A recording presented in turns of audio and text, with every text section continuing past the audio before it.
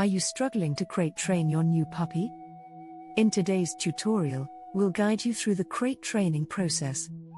Our goal is to help you create a safe and comforting space for your puppy. Start by placing the crate in a quiet spot. Keep the door open and toss in treats to invite exploration. Next, build positive associations by feeding your puppy near the crate. Introduce short stays of 5 to 10 minutes while you are nearby. Gently step away for short periods to practice alone time.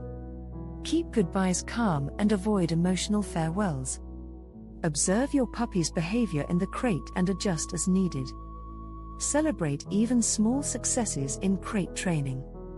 Remember, growth takes time and patience is key. As a bonus, pray over your puppy's crate for peace.